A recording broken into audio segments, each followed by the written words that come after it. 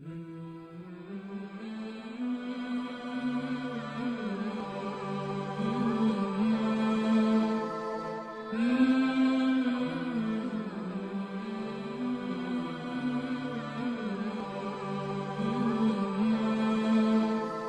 باللہ من الشیطان اللعین الرجیم بسم اللہ الرحمن الرحیم وبہ نستعین وہو خیر الناصر ومعین الحمدللہ رب العالمین باری الخلائق اجمعین الصلاۃ والسلام علی اشرف الانبیاء والمرسلین وعلیہ الطیبین الطاہرین المعصومین۔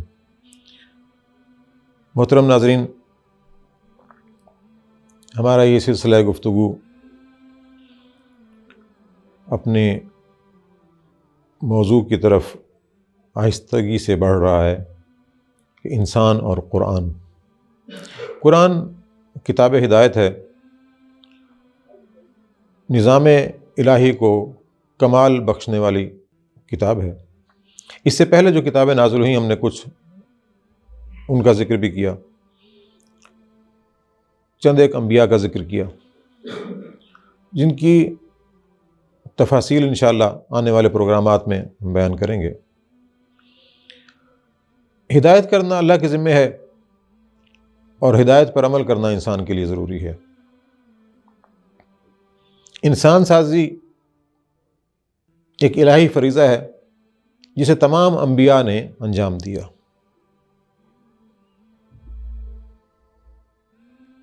ہم بات کر رہے تھے جناب عیسیٰ کی، تو اللہ رب العزت نے جناب عیسیٰ پر انجیل نازل کی۔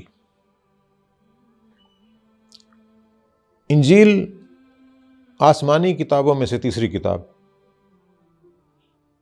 اور اس کے علاوہ مختلف انبیاء پر مختلف صحیفے بھی نازل ہوتے رہے۔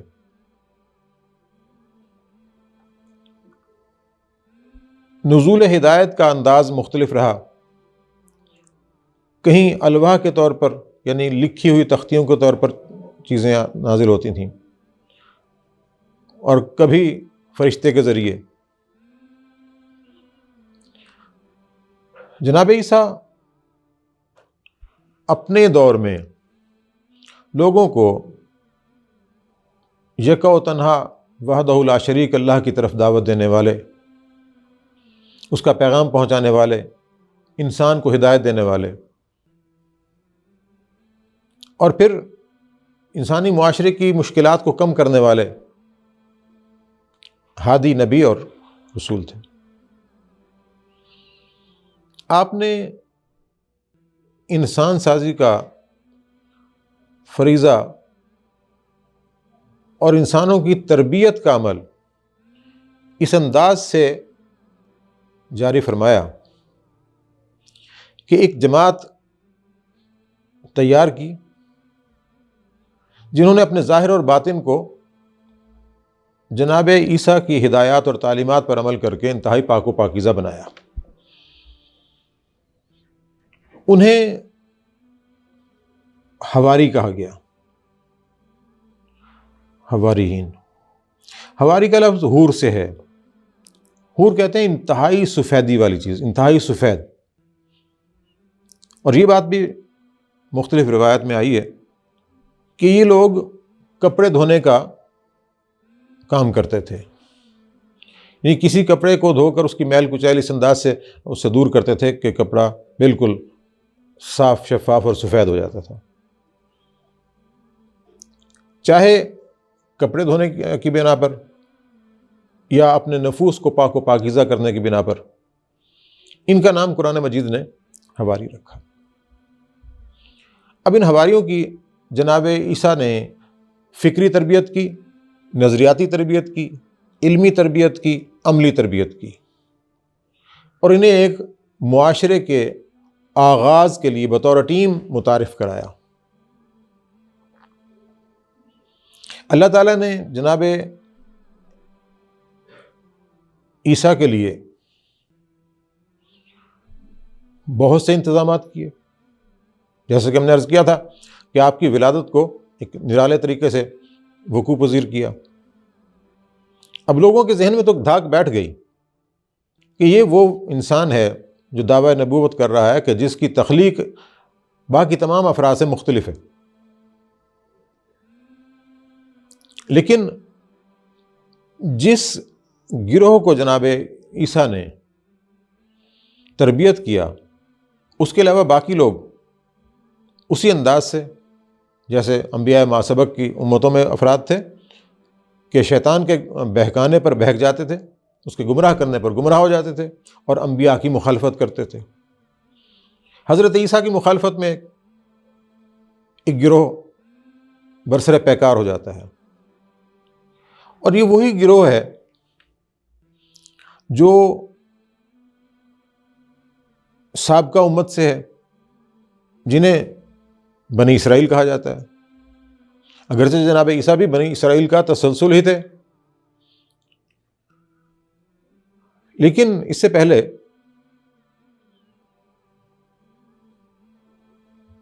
جناب یعقوب کے ایک فرزند یہودا کی بنا پر یہ گروہ یہودی کہلواتا تھا، اور یہودی آج بھی موجود ہیں۔ ان یہودیوں نے جناب عیسیٰ کو تسلیم نہیں کیا، اور وہ بنی اسرائیل میں سے آنے والے انبیاء کی باتیں مانتے رہے۔ جناب عزیر بنی اسرائیل میں مبعوث ہونے والے ایک نبی تھے۔ یہودی جناب عزیر کو اللہ کا بیٹا کہتے تھے، العزیر ابن اللہ، کہ اللہ کا بیٹا ہے۔ اب اس خیال نے ان کے عقیدہ توحید کو غلط کر دیا۔ ہر نبی عقیدہ توحید لے کر آئے، اللہ کی وحدانیت کی تعلیم دی اور ایک الہ کو ماننے کی طرف دعوت دی، لیکن یہودیوں نے جناب عزیر کو اللہ کا بیٹا قرار دیا، گمراہ ہو گئے۔ اب جناب عیسیٰ جس وقت بطور نبی کار نبوت کا آغاز کرتے ہیں، وہ یہودی جناب عیسیٰ کے دشمن ہو جاتے ہیں، کیوں؟ اپنے آپ کو سپیریئر سمجھتے ہیں، اپنے آپ کو بالا تر سمجھتے ہیں، اپنے آپ کو اعلیٰ تر سمجھتے ہیں۔ اب یہاں سے جناب عیسیٰ کے ساتھ ان کی مخاصمت، مخالفت کا سلسلہ شروع ہوتا ہے، اور جناب عیسیٰ پر زندگی کا دائرہ تنگ ہوتا جاتا ہے۔ ایک خاص گروہ جناب عیسیٰ کے ساتھ ایسا ہے کہ جو آپ کی تعلیمات پر عمل پیرا ہے، آپ کے ساتھ تعاون کرتا ہے، آپ کی ہدایت کے مطابق عمل کرتا ہے۔ جب یہ ہدایت کا سلسلہ پھیلنے لگا اور حضرت عیسیٰ اپنے کام کو بہتر انداز سے اس معاشرے میں کر رہے تھے، اپنی بہترین صلاحیتوں کو بروئے کار لا رہے تھے، ان یہودیوں سے یہ بات برداشت نہ ہوئی۔ انہوں نے پروگرام بنایا کہ ایسا کرتے ہیں کہ جناب عیسیٰ کو سولی پہ لٹکا دیتے ہیں۔ المختصر کے ایک اجدام ہوا۔ اب جو اس اجدام میں اللہ نے اپنی حجت کو باقی رکھنا تھا، کیونکہ حضرت عیسیٰ کے کم و بیش 500-600 سال بعد جا کر حضرت ختمی مرتبت حضرت محمد مصطفیٰ صلی اللہ علیہ وآلہ وسلم کا عہد نبوت آتا ہے۔ اس دورانیے میں اللہ تعالیٰ نے انسان کے لیے ہدایت کے تمام آپشنز بروئے کار لانے تھے، اور ہمہ قسمی اعتراضات کا مثبت جواب بھی دینا تھا، تاکہ کسی کے پاس خدا کے خلاف، خدا کے عمل کے خلاف کوئی اعتراض باقی نہ رہے۔ جناب عیسیٰ کو سولی دینے کا پروگرام بنا، اور وہ لوگ اکٹھے ہو گئے کہ بس جناب عیسیٰ کو ختم کر دیتے ہیں۔ جو افراد جناب عیسیٰ کو سولی پر لٹکانے کے لیے پیش تھے، اللہ رب العزت نے انہی میں سے ایک کو ہم شکل عیسیٰ کر دیا اور اسی کو سولی پر چڑھا دیا گیا، اور جناب عیسیٰ کو اللہ تعالیٰ نے آسمانوں میں بلند کر دیا۔ اور روایات کے مطابق آسمان چہاروں پر جناب عیسیٰ موجود ہیں۔ یہاں ہم دیکھتے ہیں کہ معاشرہ انسانی میں ہدایت کے لیے زبور، تورات اور انجیل یہ آ چکی۔ اس سے پتہ چلتا ہے کہ انسانی معاشرہ بڑی آہستگی کے ساتھ سفر کر رہا ہے اللہ وحدہ لا شریک کی طرف، کیونکہ انسان نے جانا اپنے الہ کی طرف ہی ہے۔ نظام الہی اللہ سے اللہ تک کا سفر ہے۔ انسان اللہ کی طرف سے آیا ہے اور یہاں کچھ وقت گزار کے اللہ ہی کی طرف چلے جانا ہے۔ اب جناب عیسیٰ کی تعلیمات اس زمانے میں بکھر گئیں، لیکن ایک ایسا گروہ موجود رہا جو انجیل کی خالص تعلیمات پر عمل پیرا رہا۔ اور ہمیں روایات بتاتی ہیں کہ مختلف عبادت گزار افراد، صاحبان علم، مختلف علاقوں میں شریر لوگوں سے چھپ کر حضرت عیسیٰ کی تعلیمات کے امین بن کر رہے، اور وہ ان کتابوں سے ہدایت لے کر اپنے اپنے مقام پر معاشرہ سازی کا کام سر انجام دیتے رہے۔ جیسا کہ جناب سلمان فارسی کے حالات میں ملتا ہے۔ جناب سلمان فارسی، ان کا نام روز بہان تھا، فارس کے علاقے کے رہنے والے تھے۔